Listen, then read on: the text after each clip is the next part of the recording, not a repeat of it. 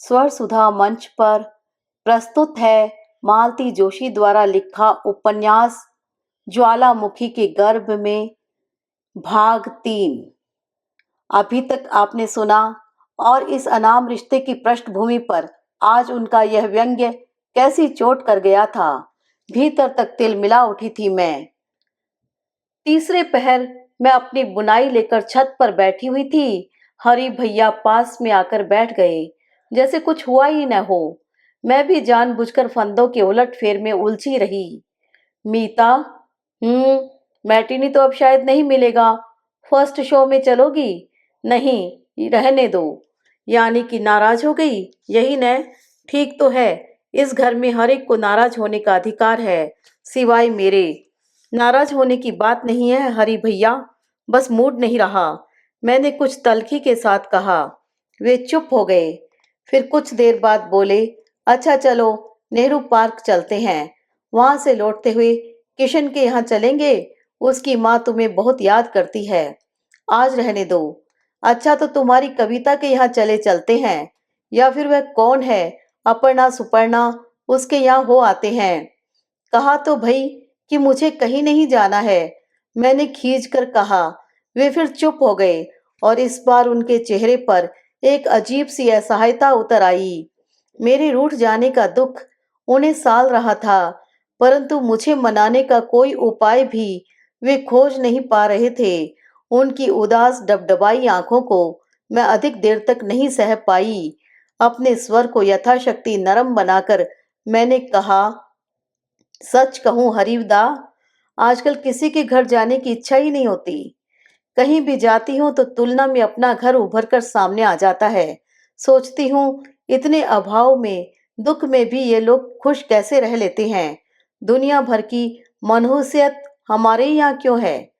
कविता की माँ 6 महीने से खाट पर पड़ी है। सुपर्णा का इतना बड़ा परिवार इतनी सी आय के सहारे चल रहा है। तुम्हारे किशन के यहाँ 3-3 अनब्याई बहनें बैठी हुई हैं। फिर भी इन लोगों के यहाँ कुछ ऐसा है जो मन को बांध लेता है। जाती हूँ तो लौटने की इच्छा नहीं होती, और यहाँ तो हरदम भाग जाने का मन होता है। इसमें आश्चर्य की क्या बात है। यह कोई रहने की जगह थोड़ी है, यह तो कब्रिस्तान है। यह आदमी नहीं रहते, उनकी छाया रहती है। अपने आप को दफनाकर उन पर पत्थरों की तरह जड़ी हुई ये छाया भर है। छी, क्या ये नव कवियों जैसी उपमाएं दे रहे हो? क्या इससे अच्छी कोई बात तुम्हारे दिमाग में नहीं आती? मैं कॉमर्स का विद्यार्थी, उपमा उत्प्रेक्षा क्या जानूं। जैसा सोचता हूँ कह डाला।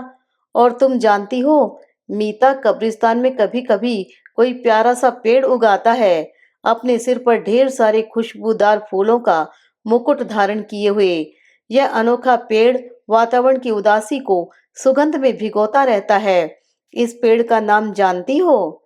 मैंने प्रश्नार्थक दृष्टि से उन्हें देखा। उनकी आंखों में उस फूल का नाम पढ़ लिया मैंने। इसके बाद भी रूठे रहना क्या संभव था? मीता, थोड़ी देर बाद वे बोले, तुम्हें वह जूनी कसेरा बाखल वाला हमारा घर याद है? नहीं तो कभी कभी वह घर बहुत याद आता है। उस घर के साथ कितना कुछ छूट गया है। तुम्हें याद है मीतू, तुम लोग आए थे ना तब, तुम दिन भर कहा करती थी, यह घर गंदा है, हमें यहाँ नहीं रहना। मैं बहुत छोटी थी ना उस समय, मैंने अपराधी स्वर में कहा। हाँ, तुम बहुत छोटी थी, इसलिए मन की बात कह सकी। जो बात मनीष भैया और मौसी अनुभव करके रह जाते थे, वह तुम बेझिझक कह डालती थी। धीरे धीरे सबको लगने लगा कि वह घर छोटा है, गंदा है, अम्मा को भी। और तब से इस मनहूस कोठी से बंद गए हैं हम। यह घर क्या शुरू से ऐसा मनहूस लगता रहा होगा? मैंने विस्मय में भरकर कहा। क्या पता, तब इतना समझने की अक्ल कहाँ थी। इतना याद है, बाबूजी यहाँ नहीं आना चाहते थे। साल भर तक वे पुराने मकान का किराया भरते रहे, पर अंत में उन्हें भी हथियार डाल देने पड़े। वे मुझसे अलग होकर नहीं रह सकते थे। मैं अम्मा के बिना नहीं रह पाता था। और अम्मा, उनके लिए इतना बड़ा घर, इतने सारे नौकर, इतना ऐश्वर्य, इतनी हुकूमत छोड़ना बहुत कठिन हो गया था। वैभव की इस दौड़ में मैं और बाबूजी कब पीछे छूट गए, पता ही नहीं चला। बाबूजी के पास तो फिर भी उनके ठाकुर जी हैं, लेकिन मैं क्या करूं, अपने निष्प्रयोजन जीवन का क्या करूं? तुम्हें क्या हो गया है आज? कैसे ऊट-पटांग बातें कर रहे हो जब से? माँ की नजरों में जो बेटा घूरे से भी गया बीता हो गया हो, उससे अच्छी बात की तो अपेक्षा नहीं की जा सकती। ओह, अब समझी। सुबह वाली बात फांस की तरह चुभ रही है मन में अब तक।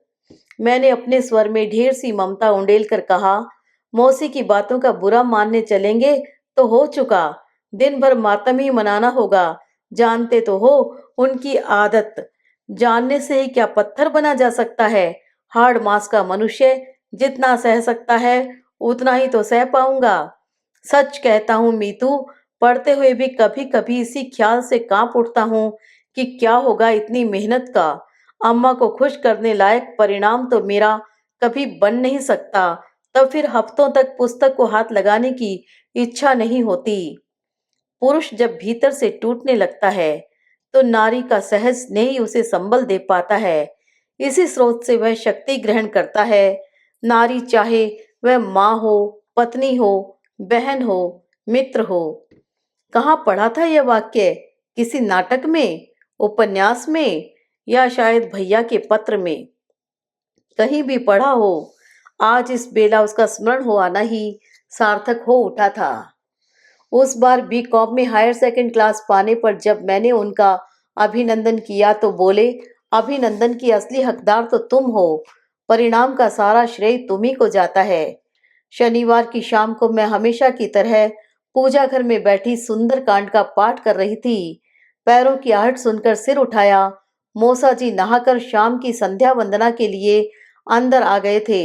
मेरी उपस्थिति से निर्लिप्त होकर उन्होंने सूती धोती उतार खूंटी पर टंगी लाल रंग की रेशमी धोती पहनी। आसन लेने के लिए इस ओर मुड़े तो मुझे एकटक अपनी ओर देखते हुए पाया।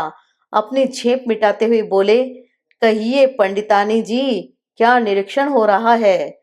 निरीक्षण यह हो रहा है कि इस पूजा वाली धोती का काफी पहले रिटायरमेंट हो जाना चाहिए था।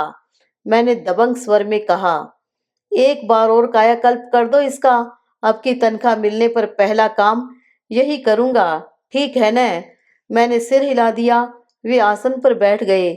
आचमन लेकर ध्यानस्थ होने को ही थे कि सहसा मुझे कुछ याद आ गया। मौसा जी, आज आपके वे तिवारी जी आए थे। गोरखपुर से किताबें मंगाई थी ना आपने? वे दे गए हैं। अच्छा, कब लौटे थे वे लखनऊ से? कल ही आए हैं और कह रहे थे शर्मा जी से कहना मेरी मिठाई तैयार रखें। दफ्तर में पार्टी दे देने से ही आप बच नहीं जाएंगे। एक शर्मीली मुस्कान उनके चेहरे पर तैर गई। अच्छा मौसा जी, दफ्तर में तो आपने प्रमोशन की पार्टी दे दी और हमें बताया तक नहीं। चाहिए तो था कि सबसे पहले घर में मिठाई आती। मैंने मुंह फुलाकर कहा, घर में बतलाने जैसी कोई बड़ी बात नहीं थी बिटिया। मेंढक कितना भी फूल जाए, बैल तो बनने से रहा। दफ्तर का बाबू हूँ। प्रमोशन हो गया तो बहुत से बहुत ओएस बनूंगा और क्या। हंसकर कही थी उन्होंने यह बात, लेकिन उसमें छलकती हुई व्यथा को मैंने पा लिया और मैं भी उदास हो आई। सुख में हो या दुख में, मनुष्य को सबसे पहले घर ही याद आता है। कैसे जब्त कर पाए होंगे इतनी बड़ी खुशी को वे, मन ही मन में।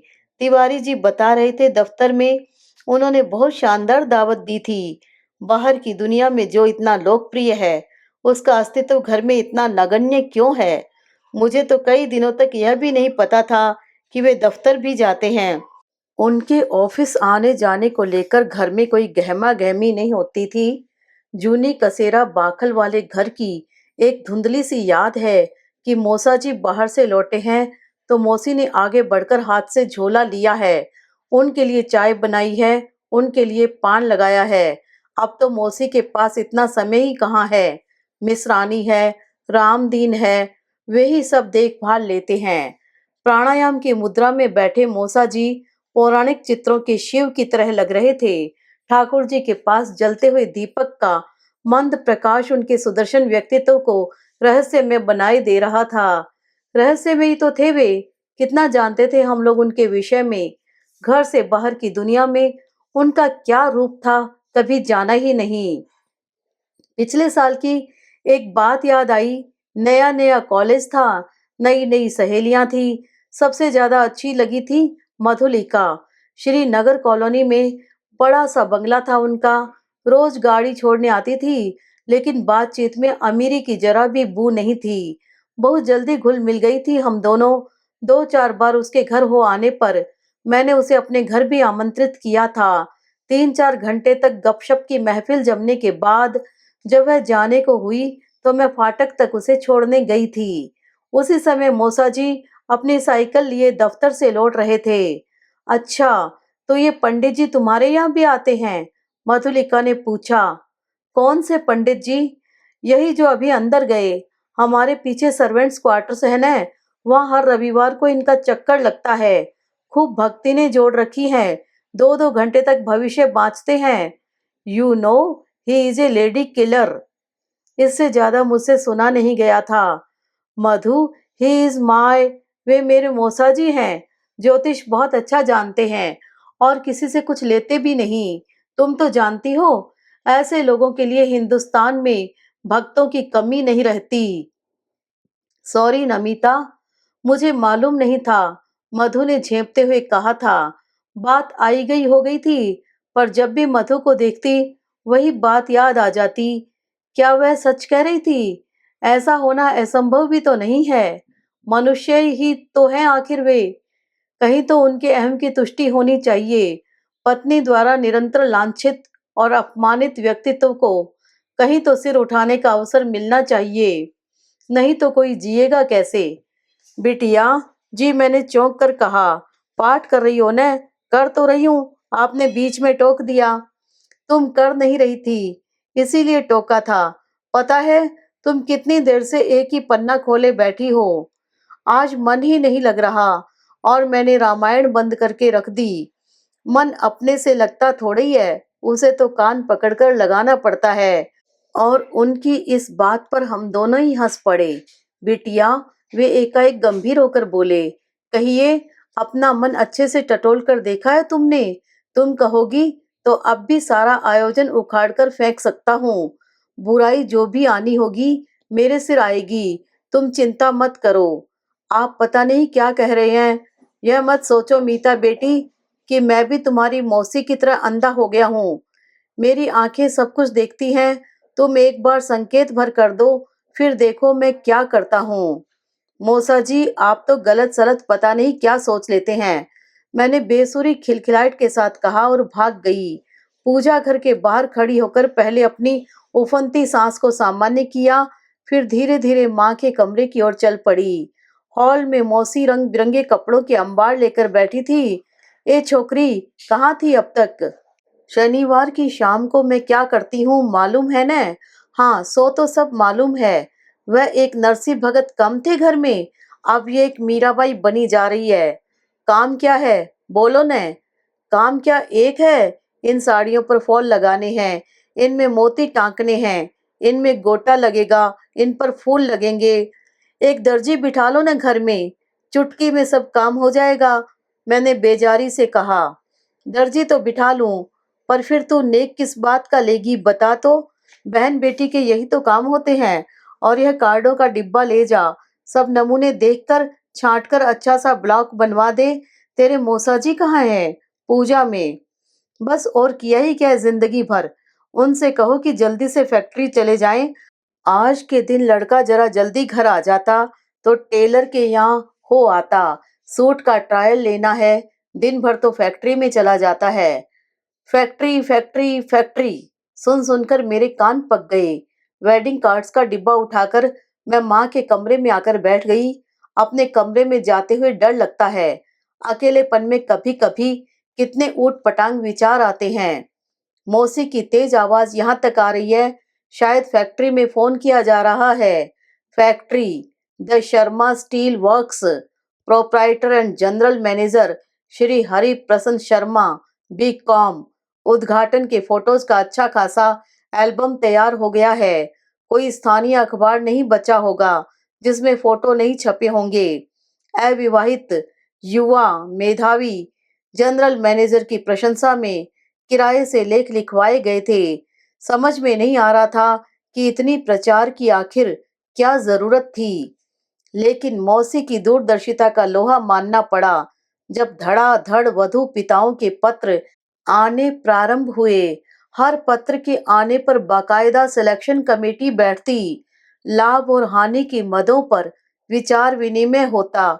मौसाजी हमेशा की तरह तटस्थ बने रहते। संभावित पुत्र वधुओं की चित्र प्रदर्शनी में एक दिन परिचित चेहरा भी सम्मिलित हो गया और मौसी ने निर्णय ले ही लिया। वह चित्र था सुलक्षणा पाठक का। यद्यपि रिटायर होने के बाद जज साहब का वैभव पहले का सा नहीं था, फिर भी यही रिश्ता और सबसे बेहतर था। मौसी का एक चिर संचित स्वप्न पूरा हो गया था कि हरि के लिए भी ढेर सारे रिश्ते आए थे। सुलक्षणा को स्वीकार करते हुए उन्होंने कहा था, उसने यही देहरी पूज रखी होगी, तभी तो अभी तक कुंवारी बैठी है। शायद ठीक ही कह रही होंगी वे। क्या कह रही है मीता? माँ के पलंग से क्षीण स्वर में प्रश्न आया। निमंत्रण पत्र का मसौदा बना रही हूँ, मैंने ठंडे स्वर में जवाब दिया। तेरी मौसी क्या कर रही है? साड़ियों का ढेर लेकर बैठी है। वह साड़ियों में फॉल लगाने को कह रही थी। लगा दिए? लगा दूंगी। जल्दी क्या है? हाँ, जल्दी क्या है? अभी तो पूरा महीना पड़ा है। लेकिन देख तो, अभी से ऐसी रौनक हो गई है घर में। और और बात खत्म करते करते माँ सुबकने लगी। अब इसमें रोने की कौन सी बात है? मैंने खींचकर पूछा। आज जैसे सबने मेरी सहन शक्ति की परीक्षा लेने की ही ठान ली थी। मनु के लिए दुख होता है रे, उसके लिए कुछ भी नहीं किया जा सका। पता नहीं कहाँ किस मंदिर में जाकर फेरे पड़वा लिए थे बेचारे ने, क्या क्या सोच रखा था, पर कुछ नहीं हो सका। आज उसके लिए आंसू बहाने की क्या तुक है माँ? मैंने बुझे स्वर में कहा। मन तो हो रहा था कि चीख कर कहूँ, माँ रोना ही है तो आज मीतू के लिए रो। मनु के लिए रोने का समय तो बहुत पीछे छूट गया। पुरुष होते हुए भी मौसा जी ने जो जान लिया था, उसे माँ होकर भी माँ अनजान कैसे रह गई। अपनी व्यथाओं के झुरमुट से एक बार तो बाहर आकर झांकती कि कहाँ क्या हो रहा है। माँ के स्वभाव का भी कुछ पता नहीं चलता। कहाँ तो बेला भाभी के लिए एक चेन भी उन्होंने नहीं दी थी। नलिन के जन्म पर एक अंगूठी तक हम लोग भेज नहीं पाए थे, और अब गहनों कपड़ों का अंबार लग गया है। यह सब कहाँ से हो रहा है? क्या मैं जानती नहीं? जिस फैक्ट्री का इतना ढोल पीटा जा रहा है, उसकी पोल भी मुझसे छिपी नहीं है। नाना जी की जमीन एकाएक ऊंचे दामों पर बिक गई थी और माँ ने अपना हिस्सा भी मौसी के नाम कर दिया था। स्टील फर्नीचर का कारखाना खोल लिया गया था और बीकॉम के बाद क्लर्की के लिए वांटेड के कॉलम्स पढ़ने वाले हरी भैया एकाएक जनरल मैनेजर की कुर्सी पर पहुंच गए थे, और उस कुर्सी ने उन्हें भीतर बाहर कितना बदल डाला था। और मेरा सारा रोष माँ पर उमड़ पड़ा। तुम्हारा भी तो जवाब नहीं है माँ। मर्जी आएगी तो दूसरों के लिए घर लुटाकर रख दोगी, नहीं तो पेट जाए लड़के के नाम तुम्हारे पास कौड़ी तक नहीं निकलेगी। लोग भी कैसे चंट होते हैं, मीठी मीठी बातों से किसी को फुसलाकर अपना काम खूब बना लेते हैं। मीता, माँ के स्वर में अप्रत्याशित कड़क थी। मैं सहम कर चुप हो गई। यह तुझे क्या हो गया है लड़की? आजकल तू इतनी जहर बुझी बातें कहाँ से सीख गई है? ये अपने पराये की भाषा कौन सिखा गया है तुझे? मैं किसी को कुछ नहीं दे रही हूँ रे, सिर्फ पुराना कर्ज उतार रही हूँ। इतना भी नहीं करूंगी तो सुख से मरना भी नसीब नहीं होगा मुझे। माँ दिन में 3 बार तो मरने की तैयारी कर ही लेती थी, इसलिए मुझ पर कोई विशेष प्रतिक्रिया नहीं हुई। और तुझे मौसी पर इतना गुस्सा क्यों आता है री? बरसों के बाद तो सुख के दिन देख रही है वह। सारी जिंदगी सिवा गरीबी के देखा ही क्या है उसने? कभी मन भरकर ओढ़ा नहीं, पहना नहीं। कितनी कस्में दे दिलाकर कभी एक आध चीज दे पाई हूँ उसे। इतनी स्वाभिमानी है वह। माँ एकदम गलत भी नहीं कह रही थी। इस सारे तामझाम के बीच भी मौसी एकदम सादगी से रहती थी।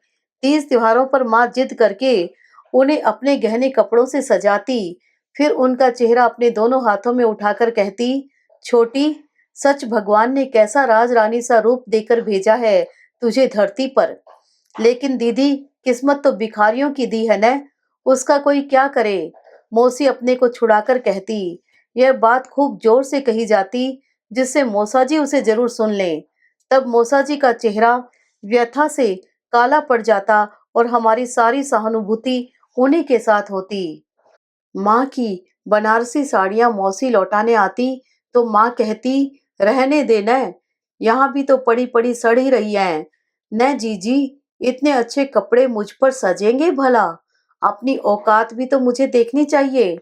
मैं तो तुम्हारे चरणों में पड़ी हूँ, इसीलिए कि लड़के की जिंदगी बन जाएगी, नहीं तो पता नहीं कहाँ भीख मांगता फिरेगा। यह तो बड़े होने पर ही पता चला कि ये बातें माँ से कहने का बहाना भर होता था। असली लक्ष्य होते थे लड़के के पिता। मैंने तिक्त स्वर में कहा, पता नहीं नाना जी ने दोनों लड़कियों के साथ इतना पक्षपात क्यों किया। वे तो कन्यादान करके छुट्टी पा गए, जिंदगी भर का काला पानी भुगतना पड़ा है मौसा जी को।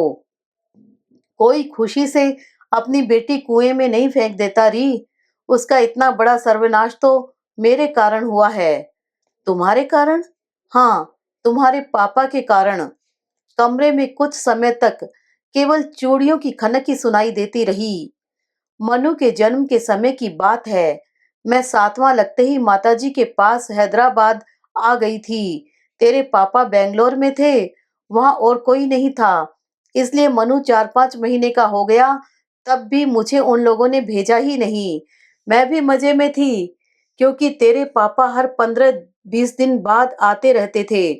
वे आते थे तो घर में रौनक सी आ जाती थी। माताजी रसोई में घिरी रहती, छोटी अपने जीजा के आगे पीछे घूमती रहती। घर में छोटा और कोई था नहीं, सेवा का सारा भार उसी पर था। वे दिन भर शामली शामली का जप किए रहते। तुम्हें बुरा नहीं लगता था? बुरा लगने जैसा तो इसमें कुछ था ही नहीं। साली बहनोई का रिश्ता तो ऐसा ही होता है। फिर मैं तो उस समय अपने रूप लावण्य पर रिझी हुई थी। एक बेटे को जन्म देकर सोचती थी मैंने स्वर्ग का राज्य जीत लिया है। यह अक्ल नहीं थी कि कर्तव्यवान पुरुष सिर्फ सौंदर्य पर नहीं रिझा करते, बुद्धिमती नारी का आकर्षण भी उतना ही प्रबल होता है। वे इतने विद्वान थे और मेरे पास बात करने के लिए सिर्फ एक ही विषय था, मनु, हमारा मुन्ना। छोटी और वे दिन रात गपशप किया करते और मैं दिन भर अपने लाडले को दुलराया करती, उसके लिए स्वेटर बुनती रहती। अपनी इस बेवकूफी का ध्यान आया तो, मगर तब तक बहुत देर हो चुकी थी। यानी? मैंने धड़कते हुए हृदय से पूछा, पर माँ को शायद मेरा प्रश्न सुनाई ही नहीं दिया। जब सारी बात पता चली तो पिताजी बुरी तरह घबरा गए। माताजी तो खाट से ही लग गई। मैंने पहले तो उसे खूब कोसा, फिर समझाया बुझाया, मन्नू को उसके पैरों पर डाल दिया, पर वह शेरनी की तरह अडिग रही। बोली, मैं तुम्हारा कोई हक छीन नहीं रही जीजी, लेकिन अपना अधिकार भी मैं नहीं छोड़ूंगी। बाबा रे, उसकी हिम्मत देखकर तो हम दांतों तले उंगली दबाकर रह गए थे। फिर फिर क्या? जिस विश्वास पर वह पैर जमाकर खड़ी हुई थी, वही जब भरभराकर गिर पड़ा, तब कहीं जाकर वह अबॉर्शन के लिए राजी हुई थी। उफ! दूसरा उपाय ही क्या था? तेरे पापा तो मुंह छिपा गए थे। कंपनी में उन दिनों वे चीफ एडवाइजर के पद पर थे और भी ऊंचा उठने के स्वप्न देख रहे थे। यह बदनामी उनका भविष्य खराब कर सकती थी। उन्होंने नैरोबी ब्रांच में ट्रांसफर मांग लिया। मुझे लिवाने भी नहीं आए। उनकी चिट्ठी पाकर पिताजी का कारकुन ही मुझे छोड़ आया था। इतनी निष्ठुरता? ऐसा ही होता है मीता। महत्वाकांक्षी पुरुष पता नहीं कितनों की भावनाओं को रौंदता चला जाता है। उसे जरा भी मलाल नहीं होता। घर के पुरोहित का लड़का उसके आगे पीछे घूमता रहता था। पिताजी ने बहला फुसलाकर उसी से छोटी को ब्याह दिया।